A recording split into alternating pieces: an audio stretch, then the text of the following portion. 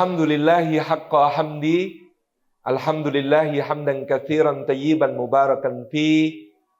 Nahmaduhu wa nasta'inuhu wa nastaghfiruhu wa nastahdi wa natubu ilaih. Wa la na'budu illa iyyahu wa natawakkalu alaih. Allahumma fasalli wa sallim wa barik ala sayyidina wa habibina wa syafi'ina wa maulana Muhammad wa ala alihi wa ala ashabihi wa dzurriyyati wa man sara ala nahji wa sanna bi sunnati wa ihtada bi hadi wa da'a bi da'wati ila yaumil liqa'i rabbi amma ba'du. Sadatul Fadil, hadratul mukarramin yang kita takdimi, segenap para pimpinan berbagai lembaga dakwah dan ukhuwah di tengah masyarakat muslim Indonesia di Jepang, wabil khusus dari KMI, dari teman-teman IPMI, teman-teman IPTIJ, dan yang teristimewa, teman-teman tim muda selaku penyelenggara acara ini. Barakallahu fikum ajma'in. Tepuk tangan untuk semuanya. Juga yang kami hormati para tokoh masyarakat Muslim Indonesia di Jepang, Bapak, Ibu, hadirin hadirat, muslimin, muslimat, salihin, salihat, termasuk saya lihat ada yang belum kawin dan belum sunat. Yang kecil-kecil itu maksudnya.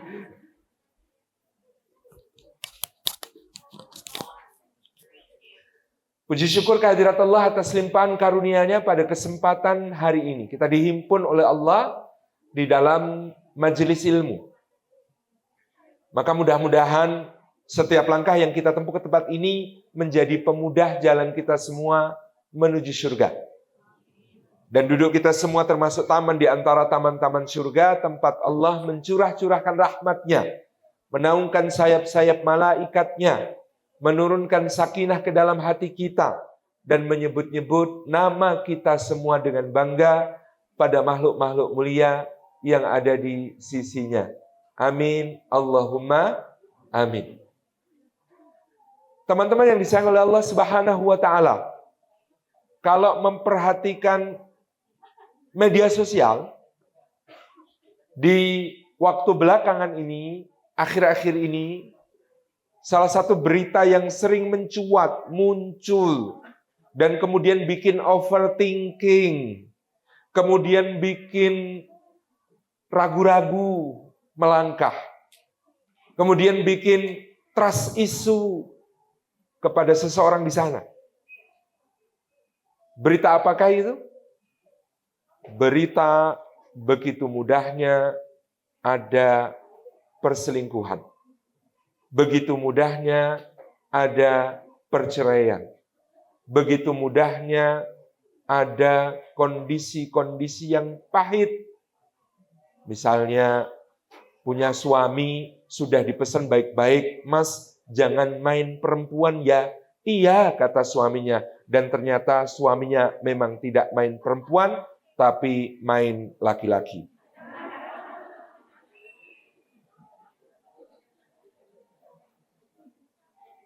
Dan begitu banyak hal-hal lain yang membuat sebagian di antara kita kemudian menjadi gamang, ragu. Kalau yang kayak gitu aja dikhianatin, mau bagaimana aku yang seperti ini? Dia aja yang terlalu nozomi bagi aku yang cuma kodama, begitu. Digituin, apalagi kita-kita. Atau kemudian, kalau yang citranya di postingan-postingannya selama ini, sesoleh itu aja ternyata begitu. Bagaimana calonku yang masih banyak hal lain yang aku tahu tidak pernah diposting olehnya? Kenyataannya begitu. Nah, teman-teman yang disayang oleh Allah Subhanahu wa Ta'ala, dari beberapa pertemuan kajian dengan teman-teman di Indonesia yang bertajuk Bahagianya Merayakan Cinta, juga yang bertajuk Lapis-lapis Keberkahan, di event-event offline yang kita setting sangat akrab dan penuh dengan sharing, akhirnya ketemu bahwa banyak teman-teman yang menghadapi kehidupan pernikahan yang tidak seperti yang mereka bayangkan. Tapi saya berusaha membesarkan hati mereka dengan mengatakan, teman-teman, kalau pernikahan teman-teman tidak seperti ekspektasi teman-teman, maka yang salah bukan pernikahannya, yang salah ekspektasinya. Kalau kehidupan yang dijalani sekarang belum sesuai harapan, maka yang salah bukan kehidupannya, tapi yang salah adalah harapannya. Kok jadi kayaknya pesimis ya, Ustaz? Enggak. Karena justru disinilah kita mengetahui betapa agungnya pernikahan dan rumah tangga dalam kehidupan seorang mukmin, seorang muslim, yang dengan itu dia ingin meraih surganya Allah Subhanahu wa ta'ala. Bahwa memang dunia ini tidak seperti cerita-cerita anak-anak yang datang dari barat. Kan kalau Cinderella, kemudian Snow White, kemudian Sleeping Beauty, dan macam-macam cerita itu endingnya sama kan? Endingnya apa? Pangeran dan putri menikah, mereka hidup bahagia selama-lamanya. Betul nggak? Disitulah dimulai kesalahannya. Karena kalau pangeran dan putri menikah, lalu mereka hidup bahagia selama-lamanya, itu realistis nggak? Enggak. Karena di dunia ini yang namanya kebahagiaan sebenarnya sangat nisbi, sangat relatif. Tidak ada kebahagiaan kok terus gitu. Karena kebahagiaan yang terus gitu, itu biasanya bikin kita bosen. Itu dunia. Iya enggak? Kalau kebahagiaannya begitu terus, bosen enggak kira-kira? Dunia ini nisbi relatif. Tanya kalau enggak percaya pada teman-teman yang hobinya mendaki gunung. Ada? Wih, keren, Masya Allah. Pertanyaannya ke teman-teman yang mendaki gunung. Kalau mendaki gunung, pilihan pertama, mendaki gunungnya naik eskalator dari bawah, terus nanti sampai ke atas. Dengan yang mendaki gunung lewat jalur yang seharusnya, kalau ke Fujisang katanya ada 8 pos gitu ya. Lalu setiap melewati pos itu menghadapi kadang kepleset, terperosok, jatuh, bajunya kena ranting pohon lalu sobek, kulitnya terluka, lalu kadang-kadang ada kabut turun sangat tebal sehingga harus berhenti. Bahkan ada serangan dingin yang sangat dahsyat sehingga harus berhenti untuk bikin api. Ternyata koreknya nggak nyala-nyala, kompor parafinnya nggak mau nyala, lalu Indominya dimakan mentah gitu. Lalu sempat tersesat ke jalur yang lain, tapi akhirnya bisa menemukan jalur utama. Dan kemudian ada cerita tentang, pokoknya banyak susahnya. Kira-kira kalau dua pendaki ini, yang naik eskalator, sama yang mendaki dengan penuh rintangan, halangan, tantangan, hambatan, kesulitan, kesakitan, luka. Tadi ketemu di atas, kira-kira ceritanya seru yang mana kira-kira? Hah? Ceritanya kira-kira seru yang mana? Seru yang mendaki lewat jalur umum, bukan yang lewat eskalator. Nah itulah lucunya dunia. Lucunya dunia itu kadang-kadang susah, sedih, luka, kehilangan. Itu semua menggenapkan kebahagiaan kita. Menyempurnakan kesenangan kita di atas. Iya enggak? Betul. Maka hidup di dunia jangan takut menghadapi ujian. Jangan takut menghadapi rintangan. Jangan takut menghadapi susah.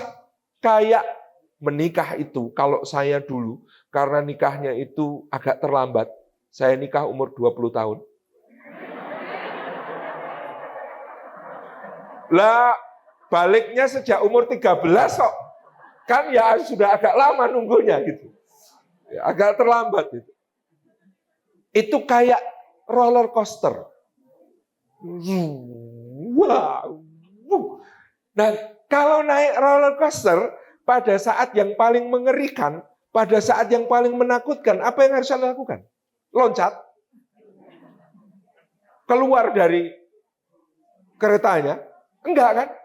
Justru di saat paling mengerikan, menakutkan itu adalah saat kita mengeratkan genggaman tangan. Saat kita mengeratkan pelukan, kadang-kadang sambil nutupin matanya juga. Dengan pasangan kita. Jadi, saya sebenarnya ingin mengatakan, memang yang salah gara-gara kita membaca Cinderella, membaca Sleeping Beauty, membaca Snow White, maka mengira kalau pangeran dan putri menikah, mereka hidup bahagia selama-lamanya. Padahal itu hanya bisa terjadi di Gaza. Pangeran dan putri menikah, lalu mereka terkena bomnya Zionis, syahid dua-duanya. Maka mereka hidup bahagia selama-lamanya di dalam surga. Itu baru cocok. Tapi kalau di dunia ending cerita harus berbunyi pangeran dan putri menikah. Kadang mereka mendapat nikmat lalu bersyukur, kadang-kadang mereka mendapat musibah lalu bersabar, hidup taat istiqomah, wafat husnul khotimah. Kan harusnya begitu. Dan itulah yang paling realistis.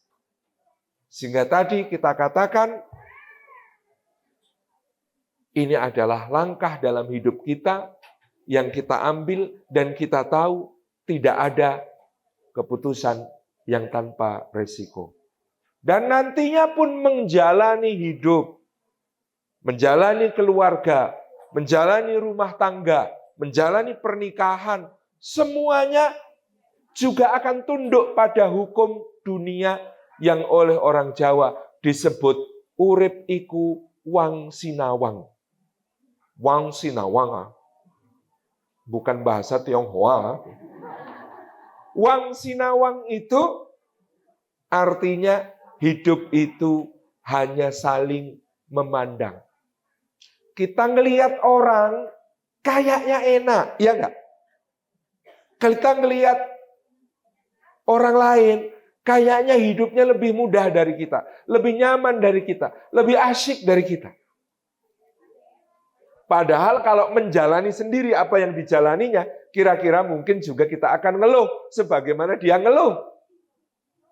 Sebaliknya, kehidupan yang kita rasakan sekarang, yang kita jalani dengan mengeluh, yang kita merasa berat, yang kita merasa susah, yang kita merasa kok beban banget ya.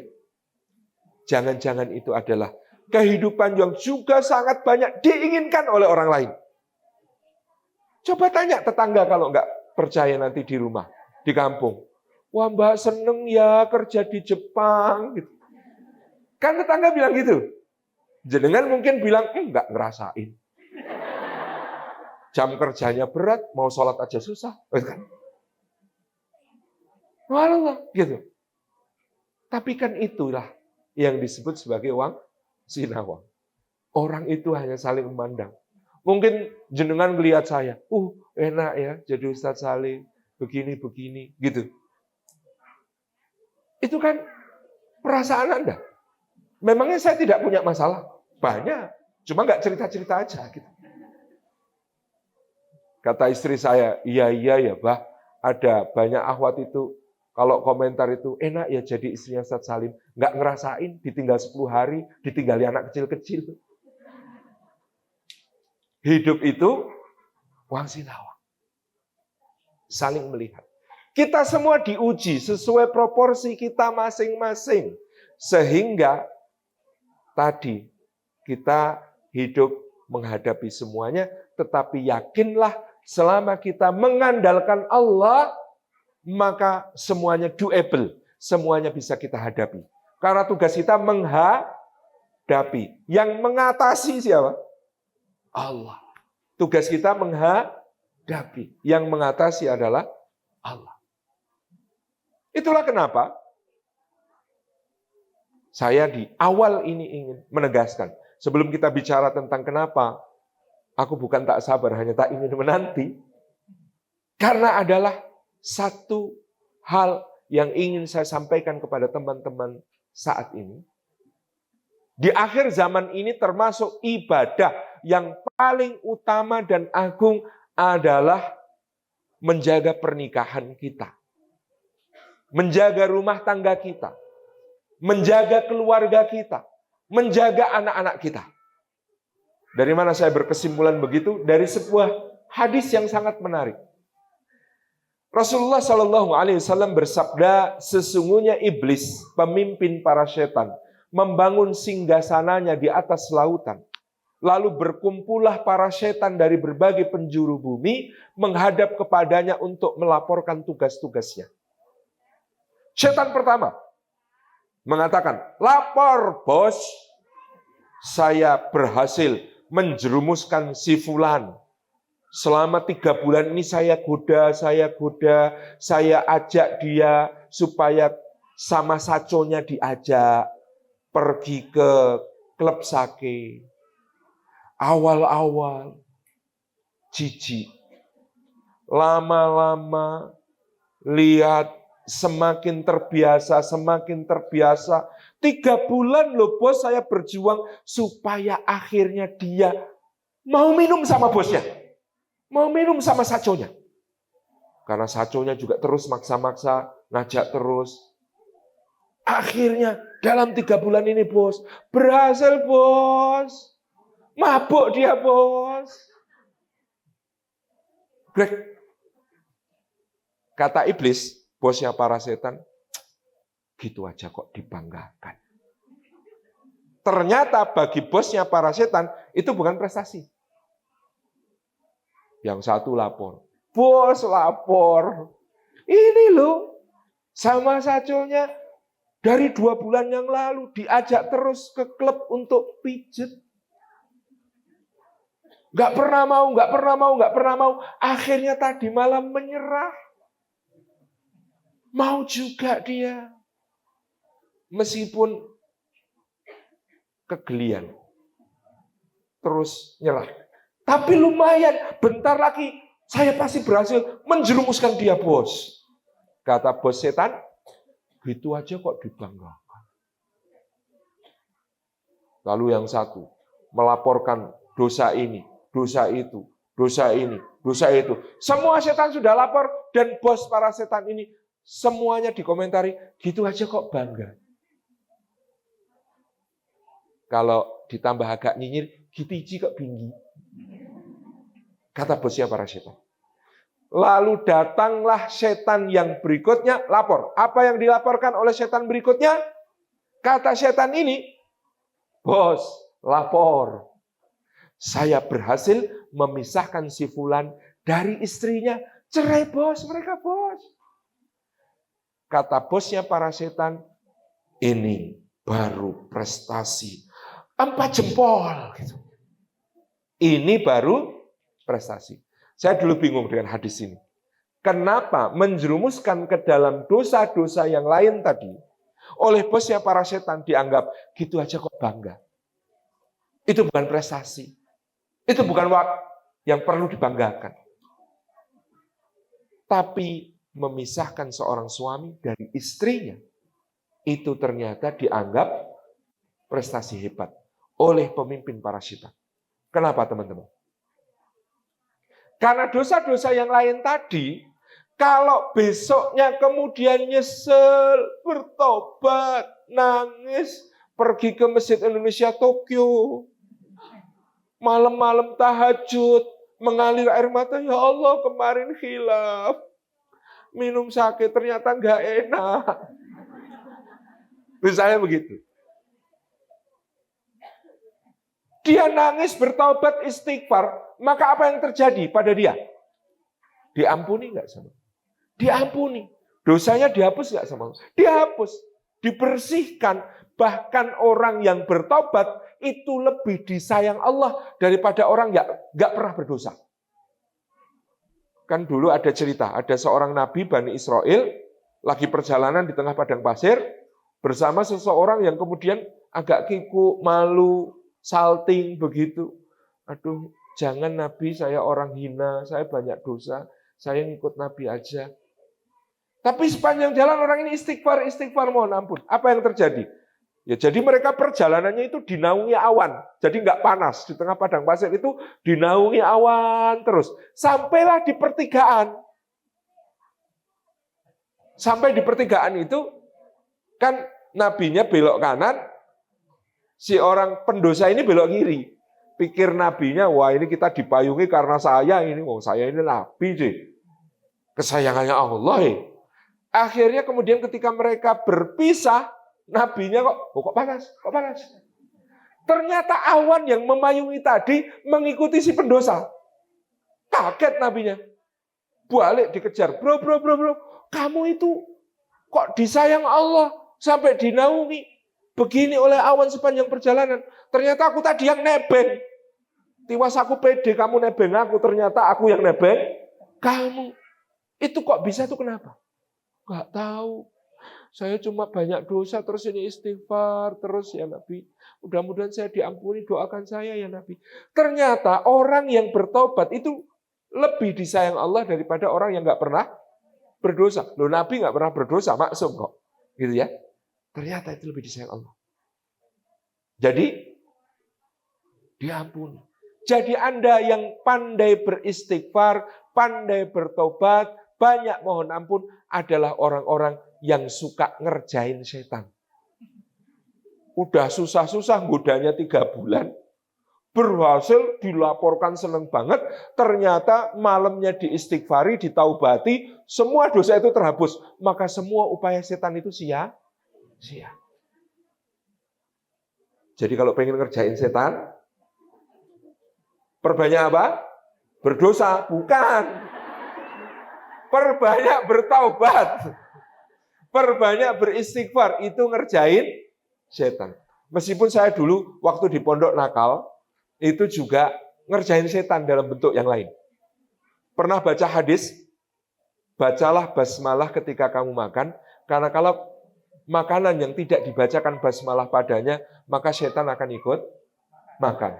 Oh, saya sama teman-teman nawa itu, kita kerjain setan yuk. Opo, masak nasi, meskipun berasnya bukan beras Jepang, tidak terlalu menul-menul, namanya juga anak pondok gitu ya. Tetapi panas, mungah-mungah kata orang Jawa gitu ya. Enak, lauknya apa? Sambal terong super pedes, cabenya 25. Udah diulek, dari terong dibakar, dicampur cabe, bawang, garam, diulek, jadiin lauk. Terus sudah disiapkan obat pedesnya. Obat pedes dalam ilmu para santri adalah intip. Kerak nasi, taruh di panci, dituangi air hangat. Itu nanti akan jadi obat pedes. Maka kita kemudian, ayo makan. Syaratnya ikut makan, gak boleh baca basmalah. Biar apa? Setannya ikut makan. Oh, ayo makan pedes gitu ya. Sekarang saatnya minum. Semua wajib baca basmalah. Bismillahirrahmanirrahim. Minum. Sehingga apa? Setannya ikut makan, kepedesan, tapi nggak bisa ikut minum. Itu juga ngerjain setan dalam makna harfiah. Akal-akalannya santri ada-ada aja. Tapi tadi, banyak bertobat. Jadi kalau dosa-dosa yang lain itu ditaubati, diistighfari, diampuni sama Allah. Tapi rusaknya ikatan rumah tangga, putusnya hubungan suami istri, apa yang terjadi? Satu, mau istighfar berapa kali pun, kadang-kadang ya nggak balik. Sayang, aku sudah istighfar, aku sudah mohon maaf. Prek.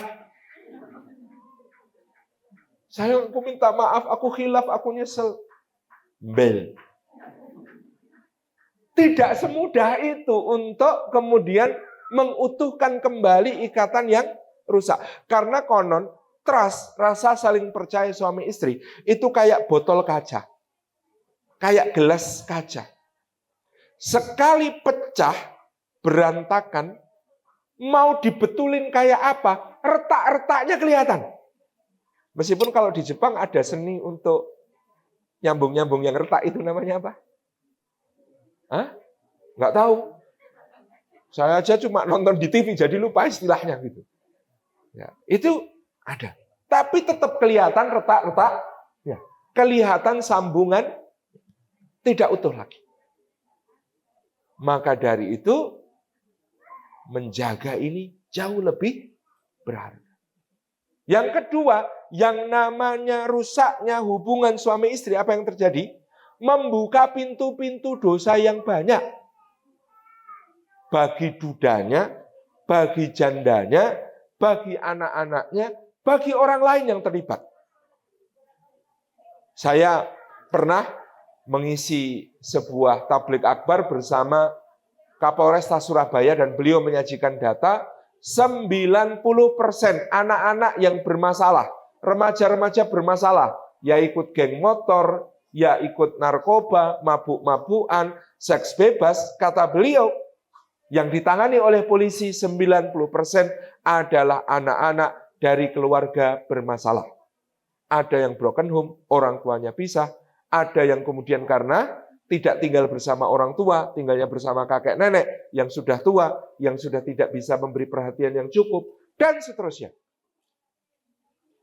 Jadi, ini menjadi renungan dan kesimpulan saya tadi, pernikahan itu satu ibadah yang di akhir zaman ini kalau dijaga, maka dia akan menjadi ibadah yang sangat utama. Maka supaya bisa menjaga ibadah pernikahan itu, Anda perlu ilmu, Anda perlu persiapan. Sekolah berapa lama? 12 tahun. Habis itu ada yang kuliah, ada juga yang tidak langsung bekerja, begitu ya. Tapi coba bayangkan, untuk bekerja, satu shift per hari berapa jam? 8.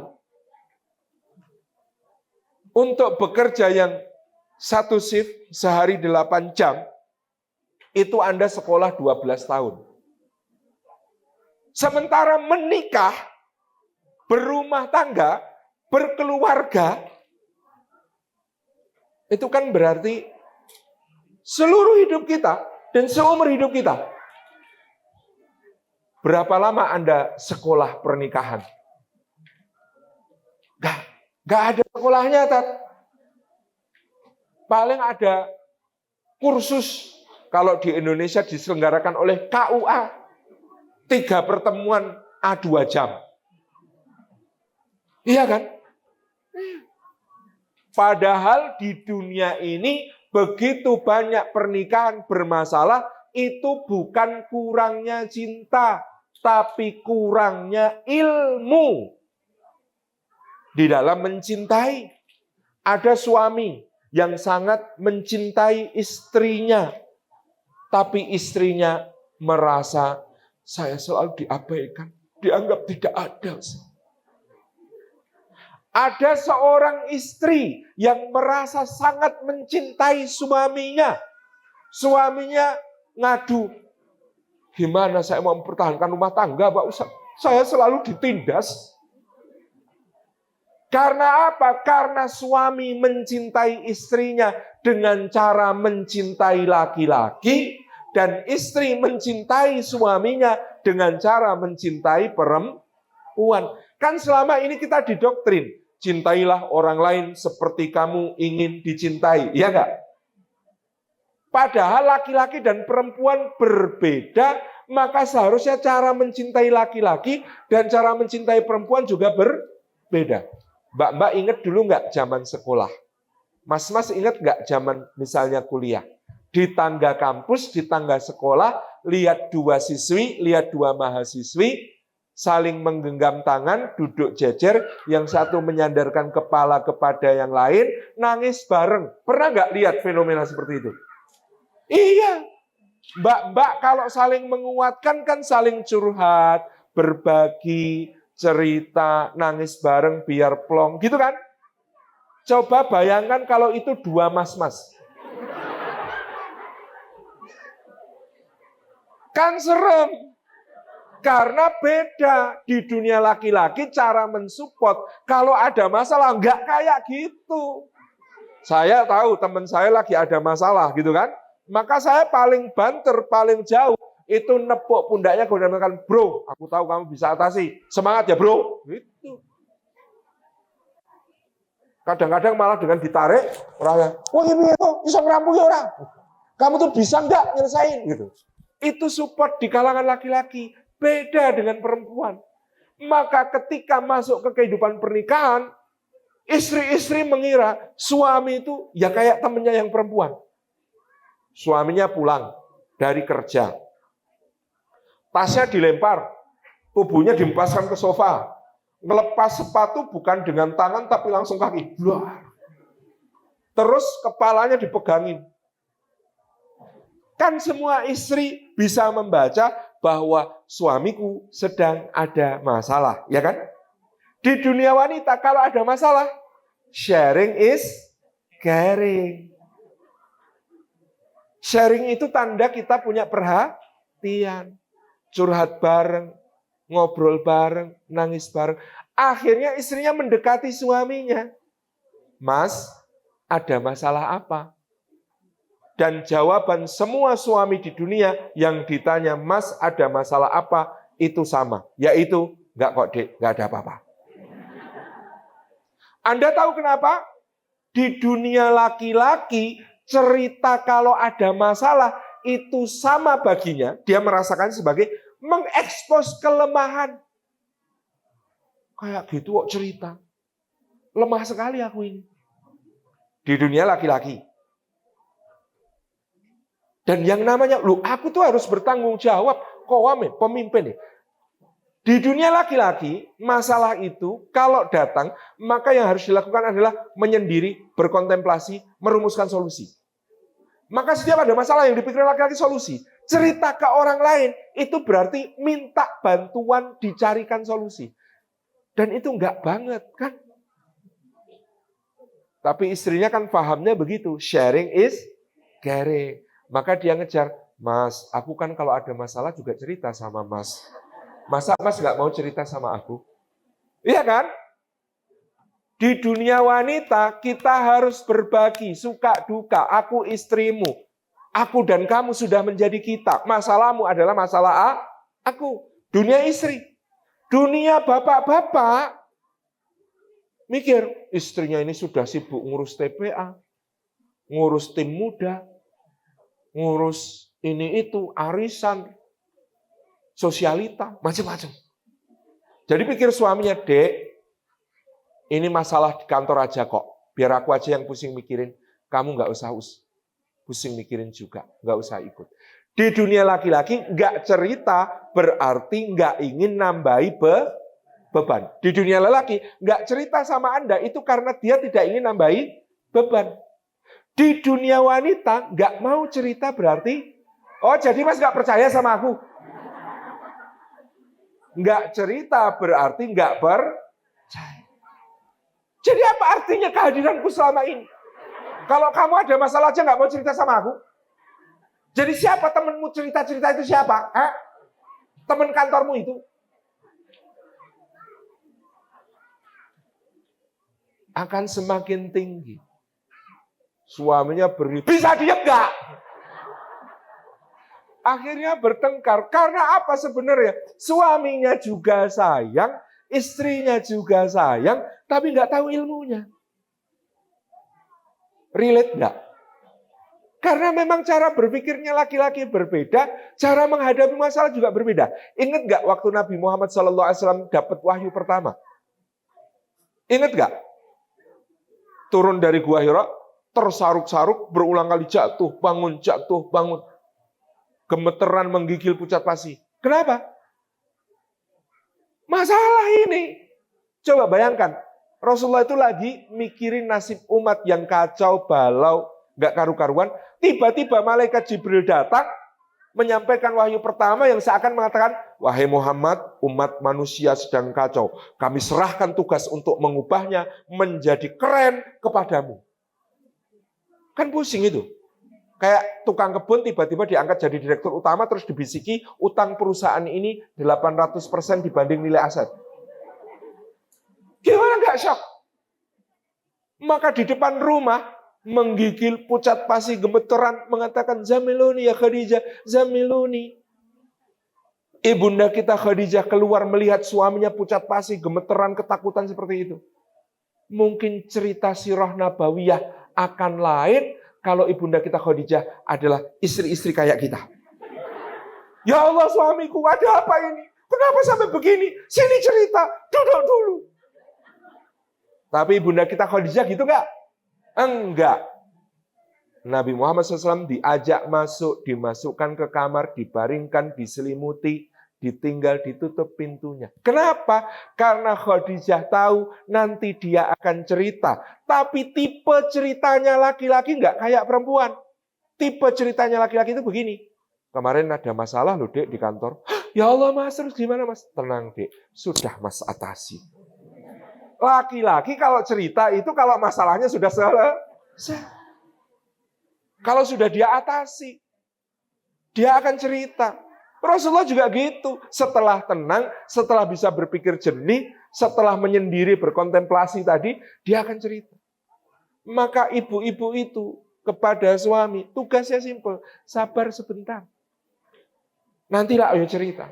Sebaliknya, kalau ibu-ibu lagi cerita, mas, jangan berpikir ibu-ibu ini butuh solusi. Enggak. Dia masalahnya banyak itu. Yang dia butuhkan bukan solusi. Yang dia butuhkan pertama-tama sebelum solusi adalah telinga yang mau mendengar. Iya enggak, Mbak? Mas aku capek banget, Mas, ya Allah. Hari ini cucian numpuk, piring gelas kotor semua. Anak-anak rewel dan pada sakit. Tamu-tamu kok ya banyak yang datang. Tetangga-tetangga pada resek semua. Aku capek, Mas. Capek. Misalnya begitu. Anda karena laki-laki ya, karena sambil ngerjain tugas kantor gitu. Terus ngelirik sebentar. Sabar ya dek, insya Allah bulan depan kita cari pembantu. Di dunia lelaki, kalau istri ngeluh, ngurusin rumah itu ribet, berat, susah. Anda nyarikan pembantu, solutif nggak? Solutif. Di dunia lelaki, kalau istri kesulitan ngurusin rumah, carikan pembantu. Solutif nggak? Solutif. Itu cara berpikir laki-laki, nyari solusi. Begitu suaminya nawarkan, sabar ya dek, bulan depan kita cari pembantu. Istrinya bilang, nggak nyangka aku serendah itu di depan kamu mas. Jadi aku ninggalin kuliah, rela jadi ibu rumah tangga, jagain rumah kamu, ngurusin anak-anak. Kamu pandang selama ini aku tidak lebih dari seorang pembantu toh. Sampai bisa digantiin dengan pembantu segitu sederhananya kamu pikir, hah? Suaminya bingung, loh piye toh? Mau dikasih solusi kok malah marah. Karena bukan itu, Mas. Ketika istri curhat, yang harus dilakukan oleh seorang lelaki adalah letakkan semua, tinggalkan semua, pusatkan perhatian bahwa satu-satunya yang ada di dunia ini hanyalah istrimu. Dekati dia, tatap matanya, dengarkan baik-baik. Kalau perlu, genggam tangannya. Lalu ketika dia cerita, berikan bahasa tubuh yang penuh dukan.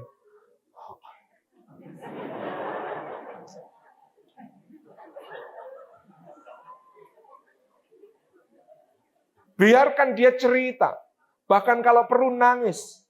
Kalau dia nangis, jangan suruh dia hapus air matanya, apalagi mengatakan, kenapa nangis? Nangis itu gak menyelesaikan masalah.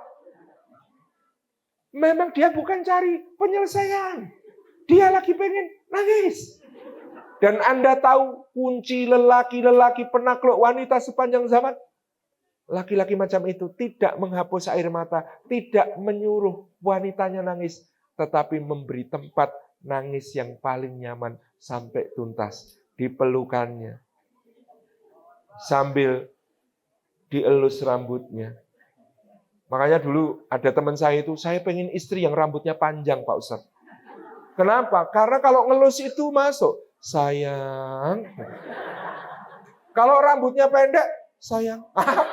Kok cuma pendek? Sekarang bisa ganti jilbab, jilbabnya yang panjang. Biar sayang. Saking panjangnya jilbab. Gitu kan? Yang diharapkan istri, full eye contact, kontak mata. Genggam tangan. Ada perasaan sefrekuensi, nyambung. Dan kemudian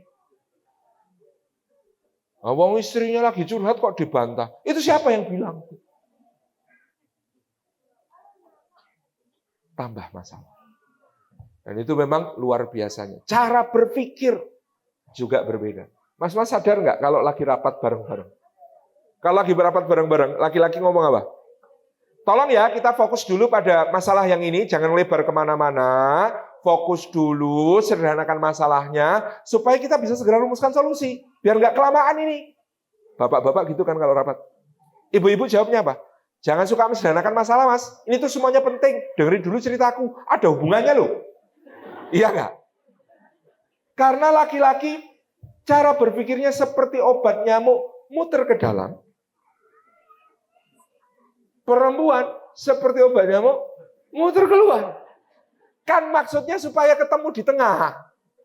Tapi karena keluarnya kejauhan, ke dalamnya terlalu dalam, maka kemudian nggak ke. Itu contoh. Jadi ilmu menjadi penting di antara kita. Aku bukan tak sabar, hanya tak ingin menanti. Karena sudah siap dengan ilmu, maka bismillah, berangkat. Ilmu lain apa, Ustaz? Ilmu komunikasi. Karena begitu Anda menikah, ngobrol yang tidak penting pun menjadi penting. Gelenak, gelenik, kata orang. Maka ini temannya Mas Alfredo, asisten saya yang satu lagi namanya Mas Ali, itu katanya, saya menerapkan kok Ustadz, ngobrol yang tidak penting itu penting di rumah saya. Misalnya gimana Mas? Saya sering tanya sama istri saya, yang kamu tahu nggak visi misi Pegadaian? Ngobrol yang tidak penting itu penting. Karena kita itu berasal bukan dari individu laki-laki perempuan yang berbeda, tapi bahkan juga berbeda latar belakang keluarga, adat istiadat. Apalagi ada yang mau nikah sama, insya Allah mu'alaf Jepang ya Mas ya. Mau Mas? Kok ragu-ragu? Bismillah Mas, ini nanti dakwah. Jadi lelanangin jagat gitu ya. Meneruskan Bung Karno yang menikahi Ratnasari Dewi. Mbak-mbak juga siap ya. Meneruskan Ummu Sulaim yang siap bilang sama Abu Thalha, "Oh, kamu ini sulit untuk ditolak. Karena wajahmu seperti Ryusei Yokohama." Tahu nggak? Maju saya ya soal ngerti artis Jepang dia. Sulit ditolak, wajahnya tampan, kekayaan cukup, keturunan mulia, gitu ya. Tapi sayang, saya muslimah, engkau seorang yang belum muslim. Maka kalau mau syahadat, cukup syahadatmu menjadi mahar bagiku. Berani ngomong gitu? Sama itu? Siapa? Ya yang kayak Nobita, Suneo, Giant. Gak ya? Tapi ini kuat. Ngobrol penting. Saya sering mencontohkan kenapa ngobrol menjadi penting untuk menyampaikan aspirasi, menyampaikan keinginan, memperkenalkan diri kita. Karena salah satu yang paling merusak dalam rumah tangga adalah prasangka yang berbunyi, harusnya dia tuh tahu. Harusnya dia tuh tahu pulang kerja itu teh malah kopi. Lah nggak pernah ngomong kok. Dari mana tahunya? Kan dia tahunya dari keluarganya dulu. Nah ini ada cerita. Istri saya kalau nyebut istri saya pasti senyum saya. Istri saya itu lahir dari sebuah keluarga, sama-sama Jawa padahal, dia di Ngawi, saya di Jogja. Istri saya lahir dari keluarga yang bapaknya pejabat tingkat kabupaten, ibunya itu ibu rumah tangga. Saya juga baru tahu sudah menikah. Dia di rumahnya itu setiap pagi ibunya sudah menyiapkan teh, kopi, air putih, jajan pasar, nemenin suaminya baca koran di situ, melayani apa yang dibutuhkan, nyiapkan sepatu, tas kerja, seragam, kemudian juga nyiapkan makan, ngambilkan makan, dan dia nggak nemenin makan itu nggak makan. Jadi ibu mertua itu, Pak, nasinya segini cukup boten, ayamnya mau paha atau dada Pak, ngambilin, nemenin suami makan, tapi cuma senyum menatap suami gitu. Sampai kemudian berangkat kerja, dada-dada di depan rumah, sampai kendaraannya menghilang dari tikungan. Baru masuk untuk urusan yang lain. Itu di keluarga istri saya. Di keluarga saya, bapak saya pengajar, ibu saya pengajar. Kadang-kadang yang namanya pengajar, ibu masuk jam pertama, bapak masuk jam keempat misalnya. Maka di rumah saya biasa sekali ibu mengatakan, pamit riyen nggih Pak, kalau mau sarapan nyeplok telur sendiri ya Pak. Nanti anak-anak tolong dibikinkan teh. Assalamualaikum. Itu biasa di rumah saya. Dan kami biasa seperti itu. Lalu kami menikah. Kira-kira kan masing-masing berpersepsi rumah tangga itu kayak rumah tangga bapak ibunya masing-masing kan? Saya bersyukur karena standar khidmah seorang istri di keluarga istri saya itu tinggi sekali. Sehingga saya sering terkaget-kaget. Bersyukur. Coba kalau misalnya suaminya dari keluarga kayak istri saya, istrinya dari keluarga kayak keluarga saya, lalu nggak ada komunikasi. Kira-kira suaminya numpuk-numpuk kecewa nggak? Iya, karena nggak ada komunikasi. Wong saya aja kadang-kadang dibentak, bikin teh sendiri atau kopi sendiri, tanya, apa ngapain? Bikin teh. Kenapa nggak ngomong? Duduk. Mbok yang ngomong, tak bikinin. Itu aja kok. Jadi Masya Allah.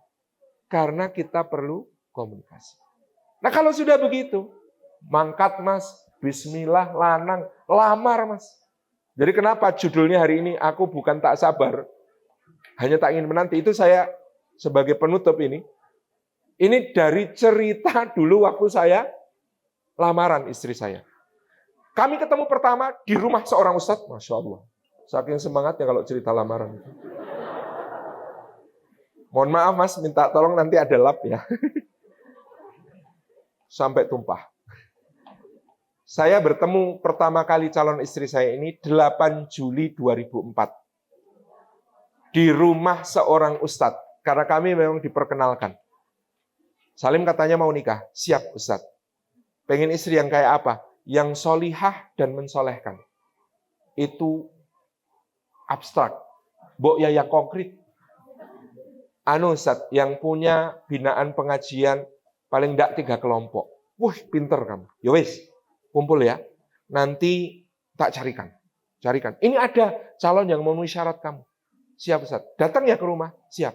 Ketemu pertama 8 Juli 2004, itu saya sudah membaca biodatanya. Nama, alamat, orang tua, tinggi badan, berat badan, penyakit yang pernah diderita. Ciri khusus. Kemudian pendidikan, latar belakang keluarga, budaya dalam keluarga, tradisi keislaman dalam keluarga, visi misi pernikahan, macam-macam. Ketemu pertama 8 Juli 2004, itu sebenarnya saya sudah mencoba ngecek dia itu kayak apa. Karena sunnahnya dari Nabi SAW kan, fangdur ilaiha. Cobalah lihat calon istrimu untuk memperkuat niatmu menikahinya. Saya mendengar istri saya ini meskipun masih kuliah saat itu kerja part-time di sebuah apotik sebagai asisten apoteker karena memang SMA-nya sekolah asisten apoteker. Maka saya datangi ke apoteknya itu, beli multivitamin, meskipun jadi tidak terlalu perlu. 18.000 waktu itu saya ingat. Saya beli 18.000, saya kira yang layani penjualan adalah calon istri saya. Ternyata enggak, karena asisten apoteker itu kerjanya di belakang raca obat, tidak melayani pembeli. Gagal melihat calon istri. Akhirnya ketemu 8 Juli 2004. Masya Allah. Ketemu sepanjang ketemu, saya tidak berani menatap wajahnya. Saya nunduk terus. Alhamdulillah, meja tamunya terbuat dari kaca. Kelihatan. Ana fangdur ilaiha. Masya Allah. Kok ono ya? Akhirnya setelah itu, ketemu lagi 12 Juli 2004. Mulai ngomong. Mempertanyakan, apa visi misi Anda tentang pernikahan? Seperti apa konsep Anda tentang nafkah? Seperti apa pandangan Anda tentang istri yang berkarir? Seperti apa? Pertanyaannya kayak pertanyaan dosen penguji. Berat. Terakhir dia ngaku, mohon maaf kalau nyari yang pinter masak, saya tidak bisa memasak. Astagfirullah dalam hati. Ternyata solihah yo belum tentu bisa masak yo. Ya Allah, apakah engkau menguji aku? Akhirnya saya bilang, enggak apa-apa, Dek. Kalaupun tidak bisa masak, di Jogja ini banyak rumah makan, murah-murah. Terus dia ngaku lagi, saya juga tidak terbiasa mencuci. Tangan saya alergi sabun. Bu, kok ndodro ini gitu. Ya udah nggak apa-apa insya Allah. Di Jogja banyak laundry, aman. Saya tidak nyari tukang cuci, saya tidak nyari tukang masak, tapi kalau jenengan yakin kita bisa bersama-sama membangun rumah tangga dalam rangka taat dan ibadah kepada Allah, bismillah. Ya sudah bismillah. 18 Juli 2004, saya, bapak saya, Pak D saya, keluarga, 3 mobil dari Jogja ke Ngawi. Zaman itu belum ada Google Map, digambarin sama dia peta buta. Skalanya nggak karuan sehingga tersesat-sesat, harusnya lokasi sampai jam 11, mundur jam 2 baru sampai. Sampai masuk ke rumahnya disambut keluarga besarnya, mukanya serem-serem. Saya tanya, namanya orang Jawa Timur kan kumisan semua. Saya tanya, kok serem-serem kenapa? Belum makan, nunggu yang dari Jogja. Pantes. Akhirnya makan dulu. Setelah selesai makan, sholat asar, kemudian baru lamaran disampaikan oleh Pak D saya. Lamar gini. Di sana diwakili oleh omnya. Omnya bahasa Jawanya melipis, ternyata guru bahasa Jawa. Terus menyampaikan, intinya lamaran ini diterima, tapi untuk menikah, kita harapkan 2 atau 3 tahun lagi, karena keluarga ini belum lama mantu, anak pertama, ini anak kedua yang saya lamar ini. Terus juga karena kan Mas Salim masih kuliah, umurnya 20 tahun, masih bau kencur. Agak ada beras-berasnya juga. Jadi 2 atau 3 tahun lagi. Saya langsung ngomong, izin sama Bapak, izin sama Pak D. Saya ngomong sendiri, Pak D. Oh ya, mohon maaf Pak, saya mohon izin untuk menyampaikan, karena sebenarnya saya menikah, niat menikah, karena saya meyakini hukum menikah untuk saya sudah mendekati wajib. Kalau tidak segera saya lakukan, saya takut jatuh ke dalam dosa. Jelek-jelek begini, banyak yang suka.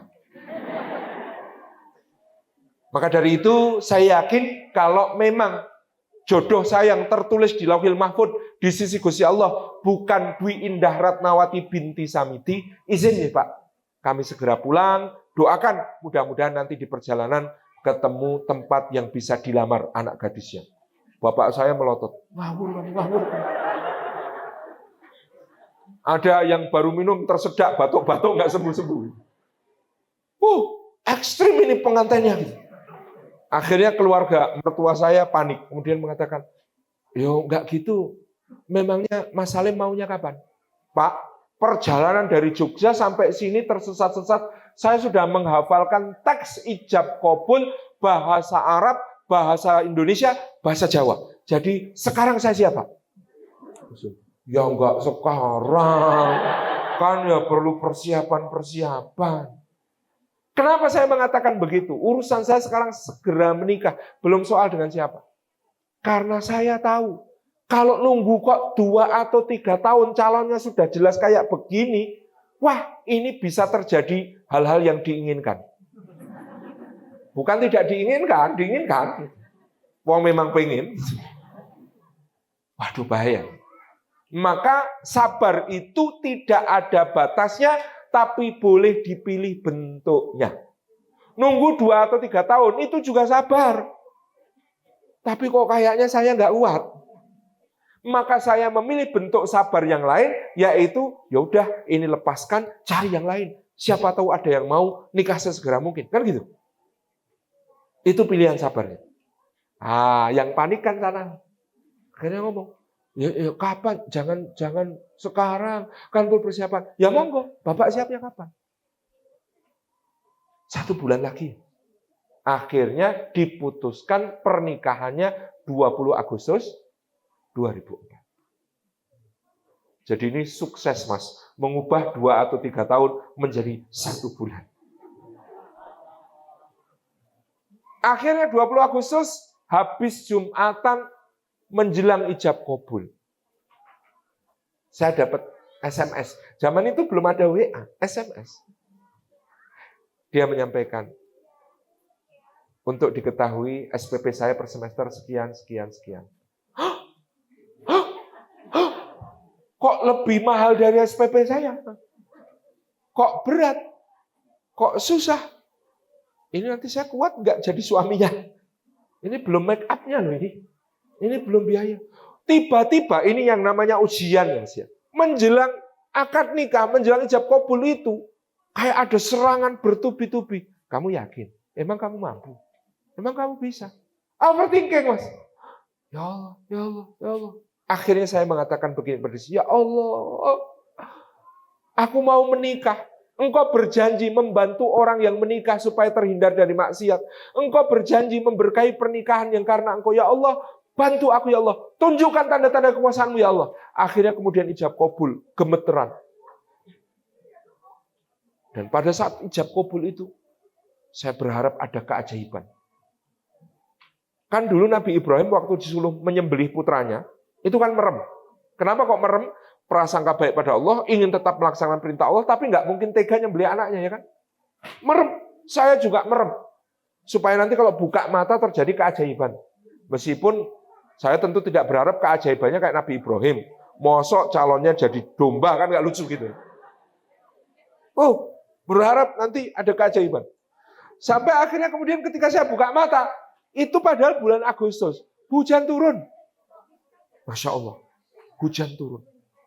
Maka pada saat istri saya dipersilahkan mencium tangan saya, 220.000 volt, tegangan tinggi, tidak pernah ini disentuh perempuan selain ibu saya. 220.000 volt, maka giliran saya dengan gemetaran meletakkan hidung saya di dahinya, lalu saya bisikkan puisi pertama saya kepadanya, saya bilang, lihat, bahkan langit pun menangis kehilangan salah satu bidadarinya, turun ke bumi untuk mendampingiku.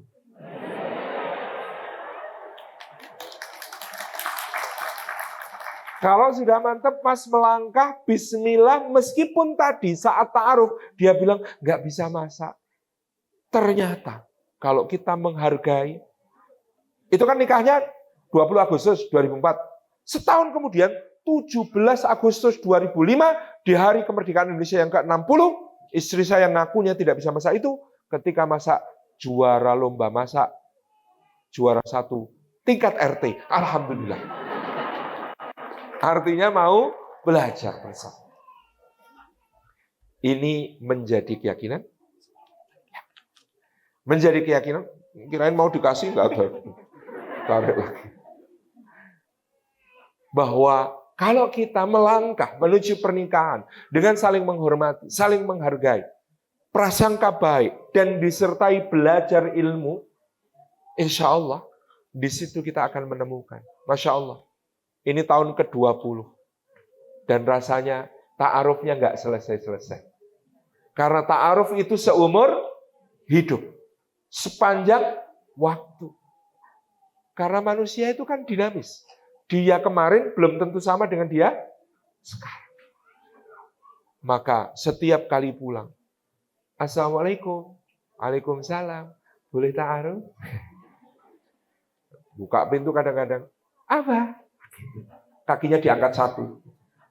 Wah, ini luar biasa. Sebagai sebuah bagian dari kita terus saling menguatkan di dalam ikatan. Dan ini yang saya sebut ibadah paling panjang. Kalau sholat, dari takbir sampai salam. Kalau puasa, dari terbit fajar sampai terbenam matahari. Kalau zakat, nunggu dia sampai pada nisab dan haul dimiliki. Kalau haji, umrah, maka dimulai dari mengambil mikot, berihram, diakhiri dengan tahalul. Itu paling cuma beberapa hari, bahkan beberapa jam. Tapi yang namanya menikah adalah ibadah dari sejak akad diucapkan sampai nanti kita disambut oleh Allah. Udkhulul jannata antum wa azwajukum tuhbarun. Masuklah ke dalam surga, kamu dan istrimu digembirakan oleh Allah. Maka teman-teman yang menuju ke sana, persiapkan.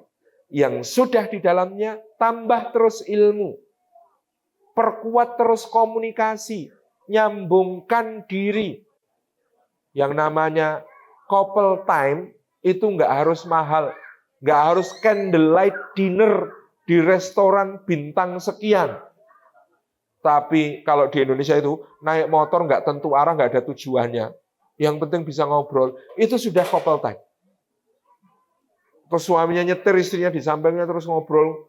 Terus tahu-tahu tersesat. Itu juga sebuah quality time, couple time dengan pasangan kita.